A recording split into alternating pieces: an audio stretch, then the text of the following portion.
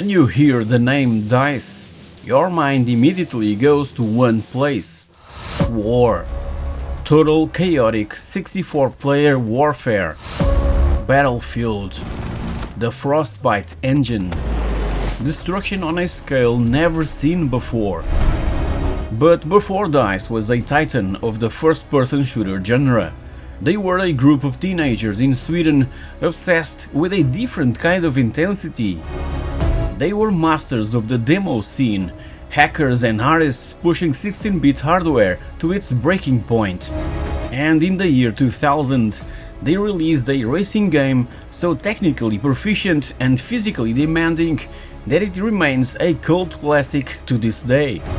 Today we're going deep into the dirt, from the Amiga Demoscene to the muddy tracks of Michelin Rally Masters Race of Champions and the legendary RallySport Challenge era.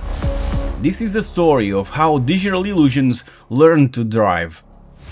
To understand Rally Masters, you have to understand where digital illusions or DICE came from. In the late 80s, the demo scene was the ultimate underground proving ground. Groups like The Silence weren't making games, they were making digital art meant to show off. Andreas Axelsson, Olaf Gustafsson and their friends were wizards of the Commodore Amiga. They weren't just coding, they were manipulating hardware in ways the manufacturers never intended. Their first commercial breakthrough wasn't a shooter or a racer, it was Pinball Dreams. Why pinball? Because it required two things: perfect physics and silky smooth scrolling. It was a technical flex, so they sticked with that formula.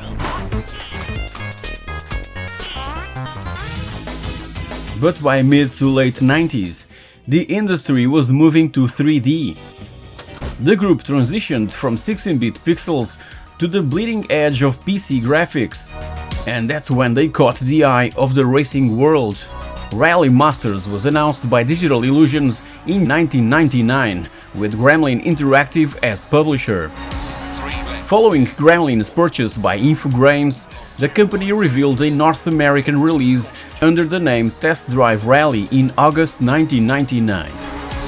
A version of the game for the Nintendo 64 was also planned until Infogrames cancelled the release in February 2000. A Dreamcast version was also reported in October 1999, but did not materialize. Eventually, Infogrames secured a licensing deal with Michelin, and the game was renamed under its final name in all territories. Released in late 2000, Michelin Rally Masters Race of Champions arrived at a time when Colin McRae Rally and V-Rally owned the market. But Digital Illusions did something different. Instead of just focusing on long-distance point-to-point stages, they licensed the Race of Champions, the annual event where the world's best drivers from F1, Rally and NASCAR, among other racing disciplines, compete head-to-head in identical cars. As noted by GameSpot at the time, the game was a technical marvel. It featured over 40 licensed cars and 20 different tracks, ranging from Gran Canaria to the deserts of the United States. But it was the feel that set it apart. In an era where many console racers felt like they were pivoting on a central axis, Rally Masters felt heavy, it felt mechanical. IGN's review highlighted the game's superb physics engine. If you clipped a barrier, the damage wasn't just cosmetic. It affected your steering, your transmission, your soul.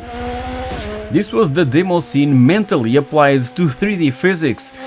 How much reality can we cram into this box?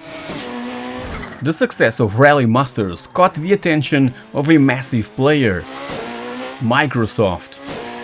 They were launching a new console called the Xbox, and they needed a Halo title for the racing genre. Digital Illusions took everything they learned from Michelin Rally Masters and turned the dial to 11. The result was RallySport Challenge.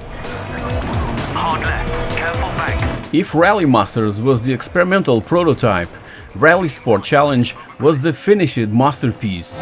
It was arguably one of the most beautiful games of its generation.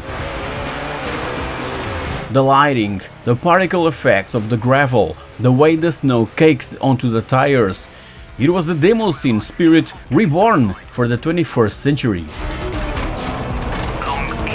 RallySport Challenge 2 would eventually follow in 2004, often cited as one of the greatest rally games ever made, introducing a hill climb mode that pushed the Xbox hardware to its absolute limit. Going back a bit, by 2002, Digital Illusions, now known as DICE, was a studio divided. One half was perfecting the art of the racing line, the other half, they were working on a little project called Battlefield 1942. Eventually, the massive success of Battlefield meant that the racing division was absorbed. The Race of Champions license was left behind and grabbed by Studio Climax Brighton, that released the much inferior Rally Fusion in late 2002 for the PlayStation 2 and Xbox.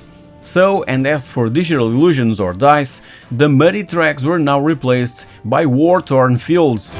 But if you look closely at the vehicle physics in Battlefield, or the way the Frostbite engine handles terrain and suspension, the DNA of Rally Masters is still there. Michelin Rally Masters Race of Champions is more than just a forgotten game from the turn of the millennium. It's a bridge. It's the moment a group of Swedish hackers proved they could compete with the biggest studios in the world. It reminds us that before the only in Battlefield moments, there were only in Rally Masters moments, white-knuckled, head-to-head, fighting for every millisecond in the dirt. So next time you're driving a tank or a jeep in Battlefield, remember the name Digital Illusions. And remember that they didn't start with a gun, they started with a flipper and a steering wheel. If you've enjoyed this video, you know the drill. Thank you so much for watching, and I'll catch you all in my next video. Cheers!